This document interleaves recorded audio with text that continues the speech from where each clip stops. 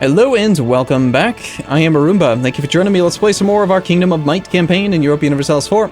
I've spent a lot of time thinking about it, and logically, for the sake of expansion, the thing to go for would be either humanist to avoid unrest, or administrative to lower core creation costs so we can expand faster, to achieve the actual achievements, which is to just make a monthly income of 500 ducats.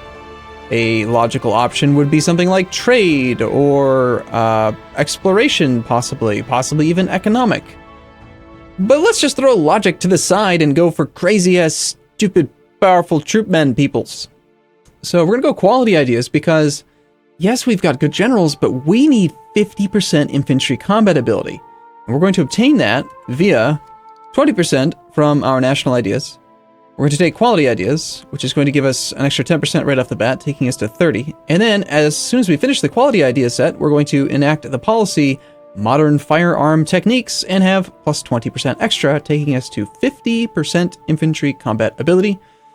And we'll get an extra 5% discipline, 3 things that are wasted for ships, a little bit more better cannons, cav don't care about, and yearly army tradition plus 1, which is completely unnecessary for the most part, but will possibly help us to stay above 80, possibly even hit that magical 100 mark so that we can start getting the 6666 generals.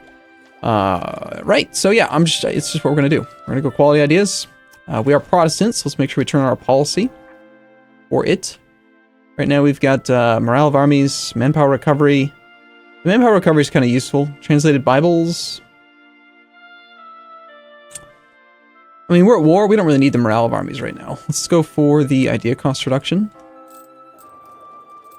Our ruler is a trade efficiency and secretive man. Let's go ahead and knock out some ideas then.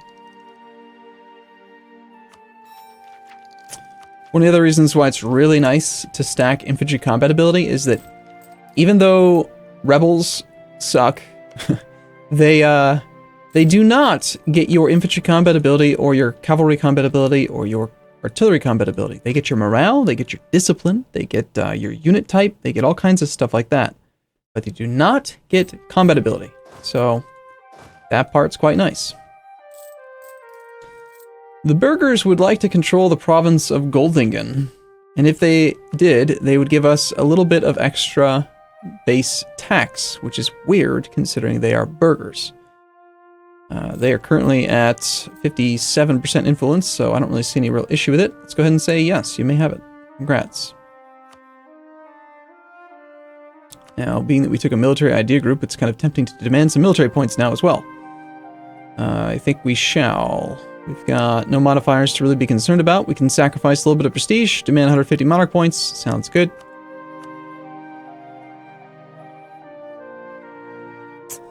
Don't like this 59% influence number here.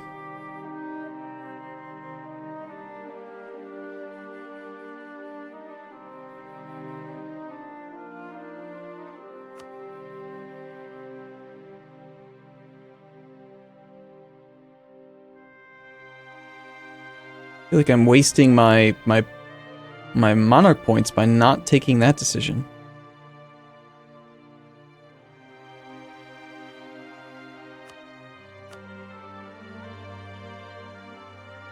Let's see. So the nobles we've just messed with. We don't really care about their influence. This is not a good province for them anyway. Let's take that away.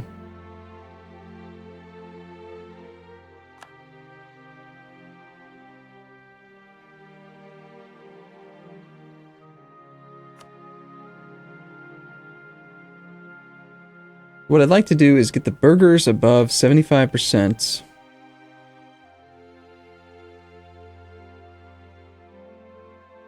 And the clergy.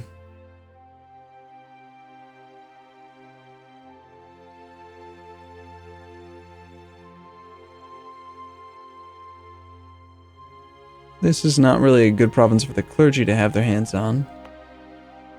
None of the trade goods are very good. That part doesn't really matter, but we could revoke that from the clergy. And instead give that to the burghers. And now, if I go to the burghers and I grant monopoly charters, they will be at 75% plus influence there. Get demand 150 points, taking them down to 47 loyalty.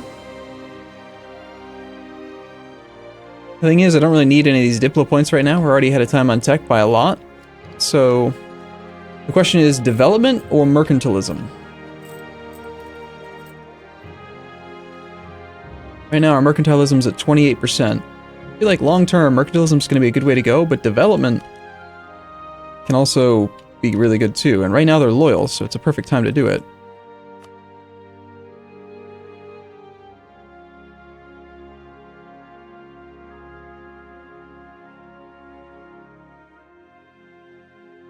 Man, I miss it so bad. You know, the new one and the new patch, it's just so much better.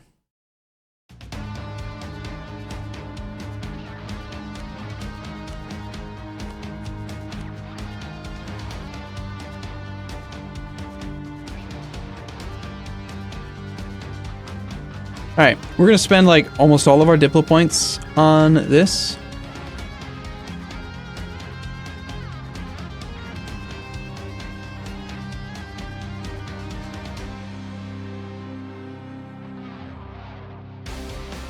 I can't see that it really makes that big of a difference as far as like monthly income goes, so I'm just going to go strictly based on Monarch point cost, knowing that eventually the autonomy will be low, and eventually having more development is going to give me more force limit and other things. So just strictly based on cost, that's all I care about.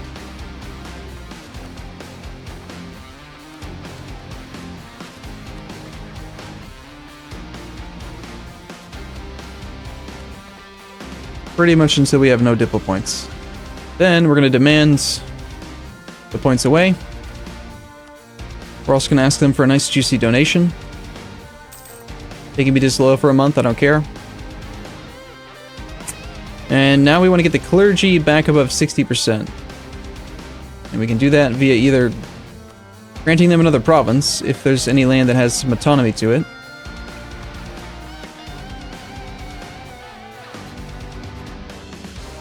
Now that the disaster's gone again, I do feel like we can just give them some of this back.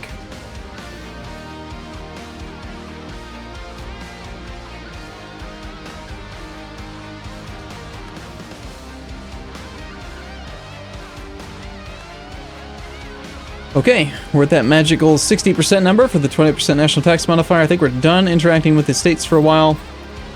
We're not going to become Defender of the Faith.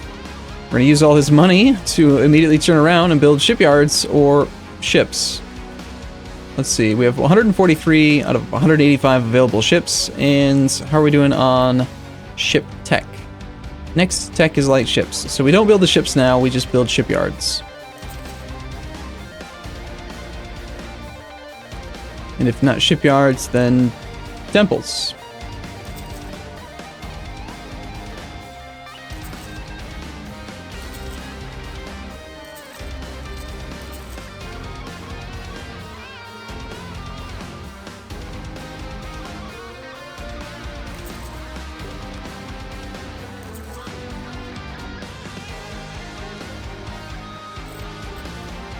And don't worry, unless I'm crazy, we had already paid the price to accept the next institution, so that's not a problem. Stability cost just went down apparently, so that's cool. And some truces have expired, and we're about to peace out with Denmark soon. Full annexation would be a little bit of aggressive expansion. Sounds like my kind of plan here. 200 admin to make everything a core. Just not take that for now. Sure. Just be done with the war.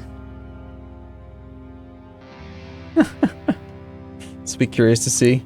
Alright, so we are currently the target of a coalition by Lithuania and Ulm. Interesting.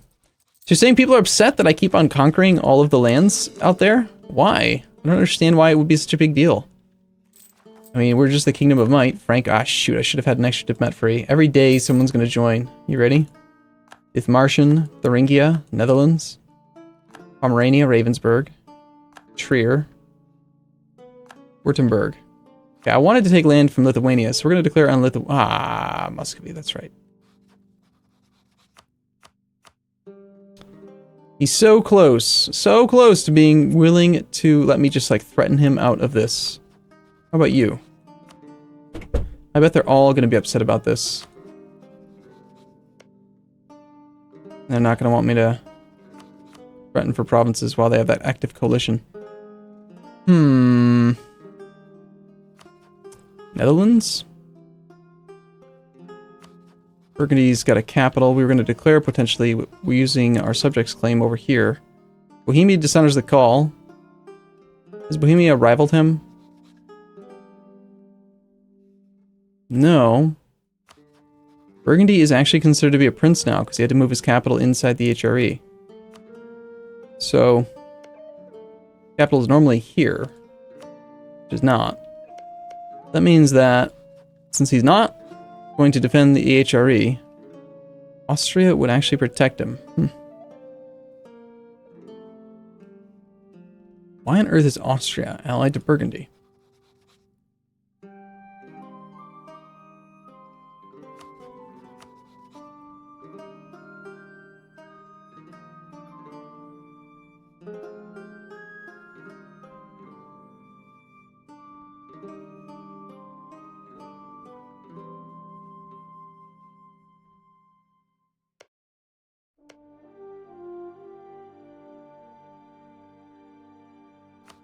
Lubeck is not part of the coalition.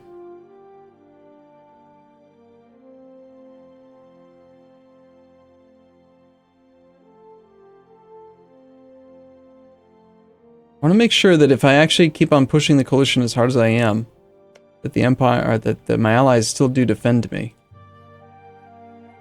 So who do we attack to trigger the coalition now before it gets bigger without making it too complicated? And it pretty much just has to be the Netherlands right now. So let's do that. Galray and Utrecht.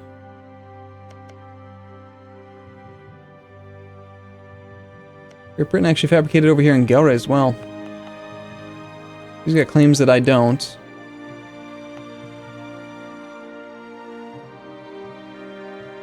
I shouldn't have fabricated on Utrecht, I should have fabricated on Lune. Alright, we'll declare using Great Britain CB on Utrecht.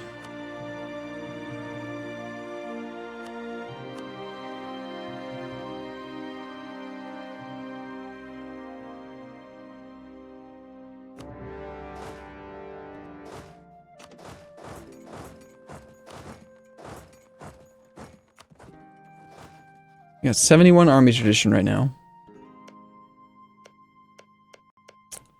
Got 2 fully maintained Netherlands forts. This guy's got some rebels. This 2-stack is not looking so great. Let's see. The light fleet should not have that heavy or that transport. And you guys are supposed to be protecting trade in the Baltic. These guys all need to come over to here. We'll do have some rebels to deal with up there, and I think that this army is still probably necessary over here to keep things under control. A little bit low on manpower. Declaring a war against the coalition when you have no manpower is fun. Very fun. Switzerland, Nuremberg. Yep. Too little, too late, boys.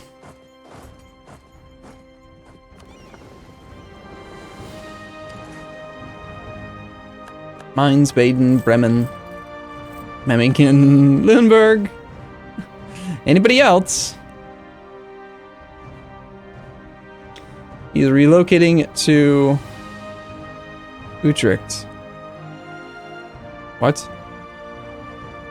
Why not just march? That's silly.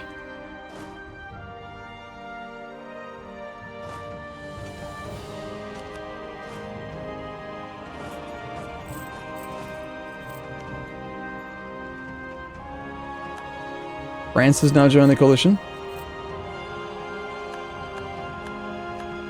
Burgundy and Norway. Lubeck, Alsace, the entire world. Flemish separatists have risen up in Great Britain. Now my subject, he does have 44k troops.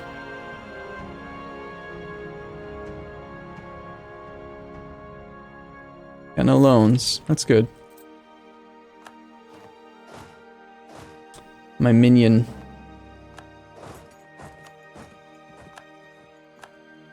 Yeah, of course they've relocated onto my army that's trying to do the siege.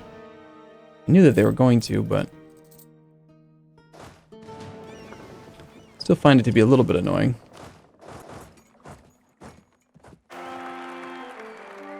We have a consort.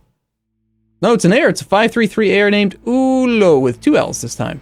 And a 444 consort. Fantastic. And we've won the Siege of Utrecht. Okay, great. This is our 5 siege pip guy. We've only got 5 cannons here right now. No other cannons to spare. This army over here has got 10. We got 2 level 1 capital forts we can deal with right here. If we have naval superiority, we can cross that strait. There's no zone of control. So let's actually redirect the transports to here. We'll head down to Schleswig first. Just wait for a second.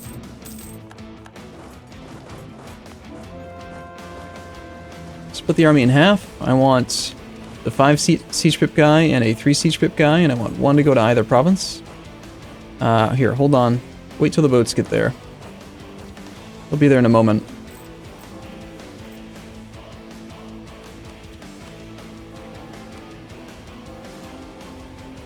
Let's not worry about conversions right now. We have some rebels at 90%. It's the Catholic Zealots in East Frisia. Except that that's Protestant now, so... So you're saying it's not going to be a real problem, huh?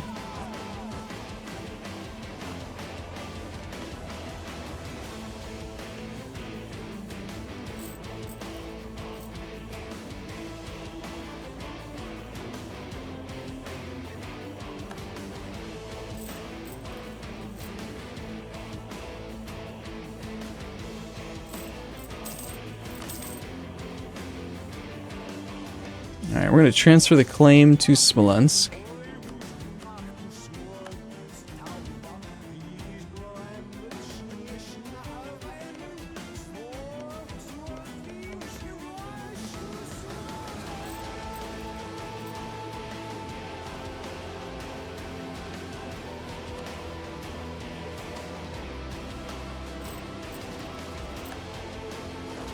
Those sieges are going to wrap up very quickly. We're going to want to get started on these, despite the fact that we don't have enough cannons to really make good on it. We only have enough for... I mean, I could get a +2 bonus on 1, or I could just... Let's see, level 2 and level 2. So we'll just do a single cannon.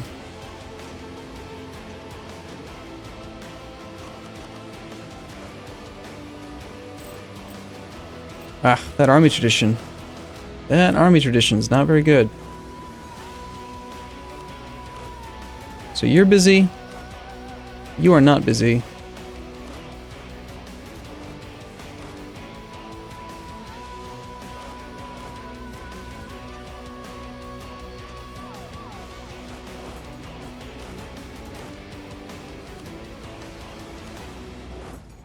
We'll get started on both of those sieges there. We are at war with Trier. We got a bunch of other forts that are adjacent as well. Double water shortage there. Surprised neither of them fell, honestly. Where are you guys going? Savoy cedes land to the Papal State. Good, I'm not the only crazy, murderous man taking lands everywhere. 85% chance, are you serious? That's incredible.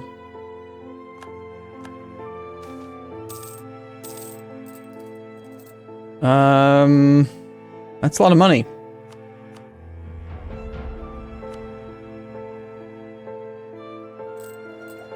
This is why you're not supposed to spend all your money on buildings and stuff. Since I've decided to go for a military idea group, I'm going to change my focus. And...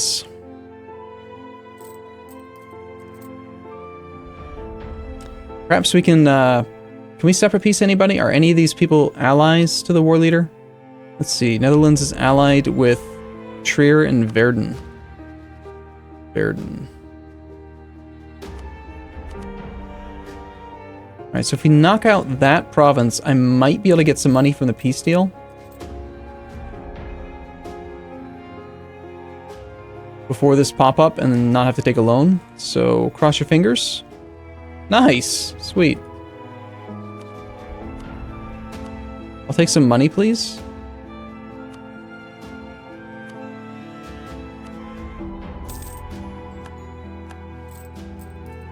$375. I'm probably still going to need to take a loan, unfortunately. And the only other option is Trier.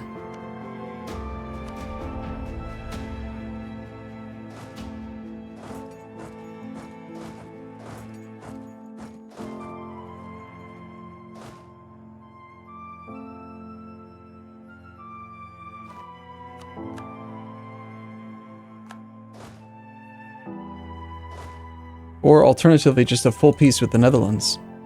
But he's on medium enthusiasm.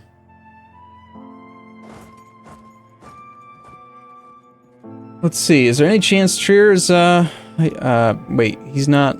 Oh, he's part of the coalition as well, so he's not actually separate peaceable, despite his alliance. So there shouldn't be anyone else we're allowed to separate peace then. So, nope, looks like I'm gonna have to take out a loan. Or we could just take a province. 61 ducats. Nah. Just take out the loan. Darn it. Alright, cool. Well, I'm gonna take a break here. Next episode, we're going to, just see just how high we can make the aggressive expansion go. It's gonna be great. So, as always, thank you for watching. See you again in the next episode. See you soon.